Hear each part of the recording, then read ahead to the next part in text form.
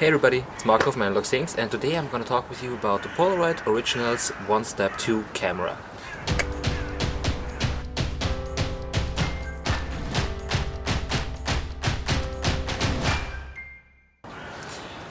So as you can see, I'm not at home at the moment. I'm at Prater, which is the huge amusement park in Vienna. But the weather just sucks today. It's cold, it's raining. You don't want to leave your bed, but I'm out here. But today my goal is to test this camera. I just got it. First of all, some key notes about that camera. That camera is charged by USB, so it's not like old Polaroid 600 cameras that have a battery inside of the film. This one really has a battery in the camera, which makes it, for my opinion, more environmentally friendly, since you don't have to waste the battery. And the good thing is, if you're shooting original Polaroid film, which I will try today, the battery could be broken, but the film could still work and you don't have to exchange the battery, which is kind of complicated. We're gonna try to shoot an original Polaroid 600 film with the new Polaroid Originals camera. We will see how that turns out. I have no clue if the film still works. It's an old film, and we will see how all of that goes. The camera is flash integrated. It has on the top, there's like 8 LEDs. These 8 LEDs show you how much film you got left in the camera. I will be interested in how it handles the Polaroid film, which has 10 frames inside of the package. Also, what this camera has, which I haven't seen on a Polaroid like built in, is a self-timer that's on top here. And on this side we have the exposure control. We can lighten it and darken it. The nice thing, it has a tripod mount, which I really prefer. Down here it says at least 60 centimeters. We have 60 centimeters of distance to the object. Keep the light behind you. And it also says always use the flash. I don't know what that means exactly. So I don't know, the original Polaroid, if you didn't use the flash, it had really long exposure times, but at one point the exposure did cut off. So we have to figure out how long the exposure will be without flash, because here it has like a lot of colors and everything, and I really want to shoot without flash, because I want to shoot into the distance and the flash doesn't work that far. What do we have on the back? There's a viewfinder, pretty big, on the other side. Here you got the manual override of the flash, so we can turn off the flash. Above it is the USB charger. And here we have an on-off switch. That's all one component I'm a little bit concerned about. So if you forget to turn off the camera, how fast will the battery drain of the camera? We will figure that out too.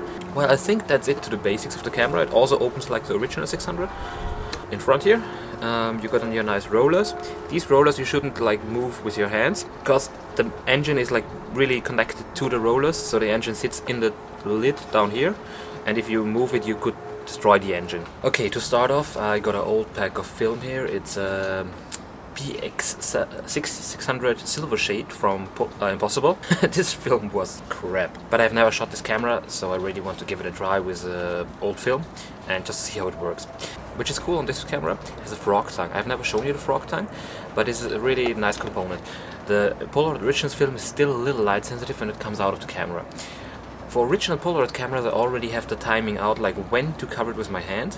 So I just like hear the sound of the engine going, so I know, okay, the film is being ejected, and I can hold my hand over it and immediately put it into my pocket.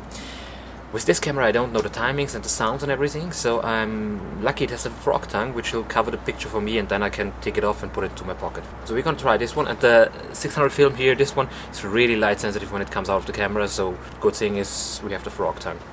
What I'm also concerned is it's cold weather today, so the development times will be different. I will do a video on the development times too, it should be the next one. How temperature affects development times of film. Warm and cold, what's the difference? How should you handle your film in the temperature? So let's start by loading the film into the camera. Let's just fill back. So let's, like always, put it inside, a little push, and then we... Whoop. Oh, see, there's a dark slide coming out already. Okay, the camera is turned off, but it still ejects the dark slide. That's interesting to keep in mind. It will eject the dark slide as soon as you put in a film. So let's turn the camera on. And I can see there's like 8 LEDs on the top here that show me how much film there's inside of the camera. So we got 8 LEDs burning. There's still 8 frames in the film. So they're on the back here. There's a little LED, a green one, you see, flash is charged. So you can see the pictures below the frog tongue, which is really good now. It's still covered from sunlight. Now that the film is outside of the camera, I just take it and grab it with my whole hand on the 2 sides of the frog tongue, so don't rip the frog tongue out, just the picture below. And immediately put it in your pocket, because that's close to my body and it's actually pretty warm there, so That should be good for developing.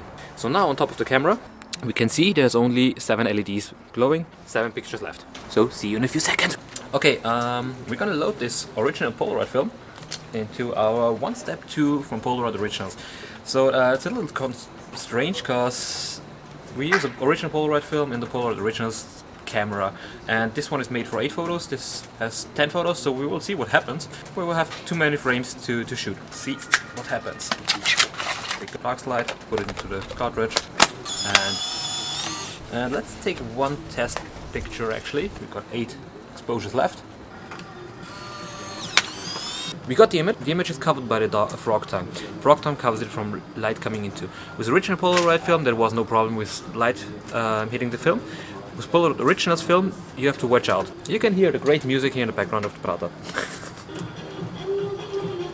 That's our Polaroid Original film, and you can see there's not a lot of chemistry left that works. So we see how the rest of the film turns out. This one doesn't have a lot. Okay, so that's the last frame that came out of Polaroid. Actually, all the Polaroid pictures turned out not good, because there is no chemistry in the packs, or the chemistry is already dry. So I shot 8 pictures, and now the camera is telling me that there is nothing left and I can't shoot anymore. Button doesn't do anything. But I still got 2 frames inside since the original Polaroid film. So what we're gonna do is like we use the technique I showed you last time, and we're gonna put that frame on top of the film so we can pull it out. So we just put that frame on top of the rest of the film. Get the cartridge out. And put it in again, so it will throw out the dark slide, hopefully. See. So we have our first picture again, and now we are ready to shoot our last 2 frames, but it actually shows us 8 frames. That's how much chemistry we have on the film. And well, I just got home from the Prata, which was freezing, wet and bad light. So yeah.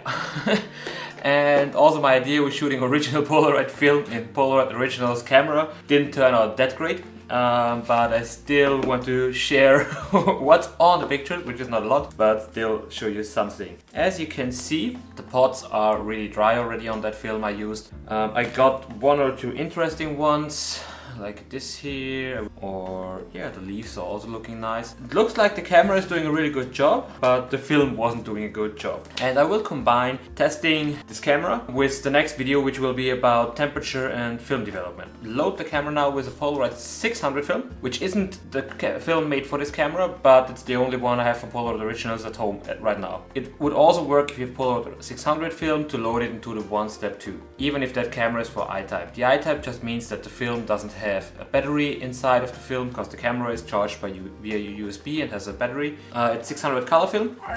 Okay, Polaroid Originals. Throw out the dark slide.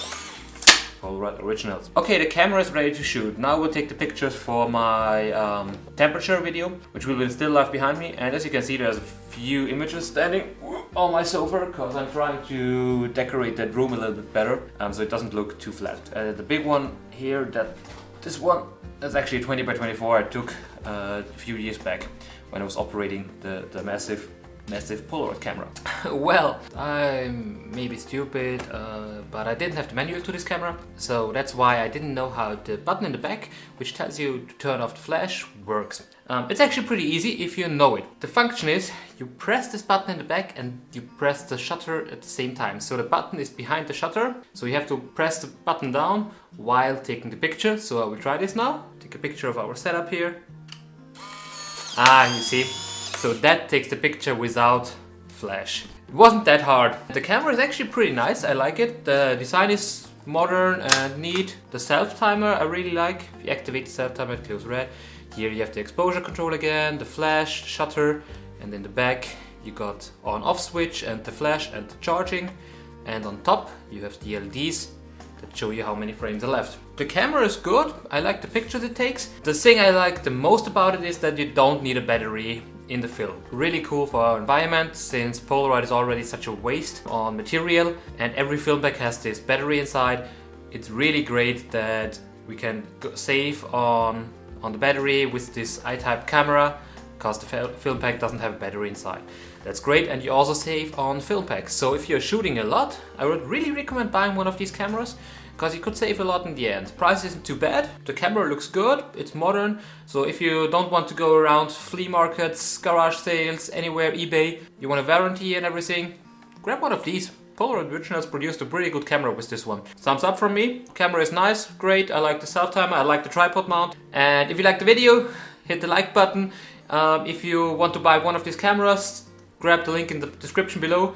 And if you want to see more content and more techniques, everything on Polaroid and film and analog stuff, just hit subscribe. And I'm really happy about over 500 subscribers already, and that's great, and I hope the channel grows on, and I hope to continue producing videos for you. See you next time, bye!